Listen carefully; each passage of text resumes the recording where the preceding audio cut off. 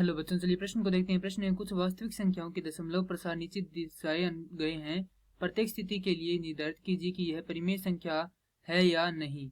यदि परिमेय संख्या है और p बटा q के रूप की है तो q के अभाज्य गुणनखंड के बारे में आप क्या कह सकते हैं। संख्या दी गई है 0.120 1200 12000 1200000 और इस प्रकार से आगे चलती ही रहती है। तो प्रश्न को हल करेंगे उससे पहले जो इसकी मुख्य अवधारणा है उस पर विचार करेंगे। तो इस प्रश्न के लिए जो मुख्य अवधारणा है वह हो जाएगी परिमेय संख्या, अर्थात वे संख्याएं जिन्हें p बटा q के रूप में लिखा जा सके परिमेय संख्या कहलाती है, जहां q बराबर 0 के नहीं हो तथा p व q सह अभाज्य संख्या हो। अब चलिए प्रश्न को हल करते हैं। हमें संख्या दी गई है 0.120 1200 12000 फिर से 12000 और 0 इस प्रकार से आगे चलती रहती है। और हम जानते हैं कि परिमेय संख्या क्या होती है जिन्हें p बटा q के रूप में लिखा जा सकता है।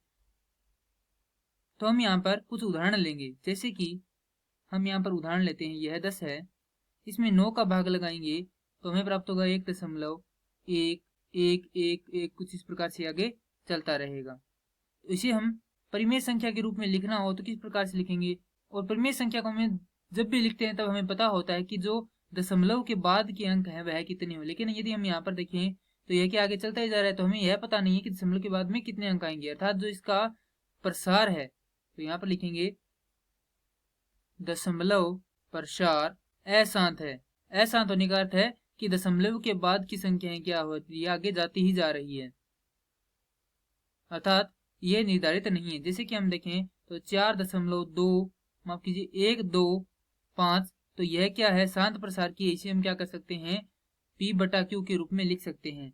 यदि हम यह देखें 4.1234 और इसी का क्या हो रहा है, बारंबार आवर्ती हो रही है, तो हम इसे भी क्या कर सकते हैं, लिख सकते हैं। क्यों लिख सकते हैं, क्योंकि हमें पता है इन्हीं 4 अंकों की क्या हो रही है, आवर्ती हो रही है। जैसा कि हम देखें यहाँ पर यदि 9 का भाग हम पहले 10 में दे रहे थे तो अंक कितनी पर आवर्ती हो रही थी, 1 पे हो रही थी, अर्थात एक अंक का भाग दे रहे थे, 1 अंक की आवर्ती हो रही थी।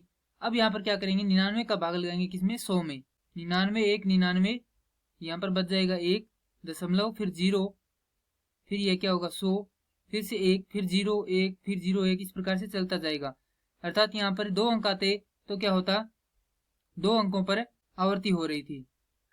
इसी प्रकार 3 से करते तो 3 अंकों की, 4 से करते तो 4 अंकों की। तो लेकिन यहाँ पर देख सकते हैं हम कितने अंकों की आवर्ती हो रही है, 4 अंकों की आवर्ती हो रही है।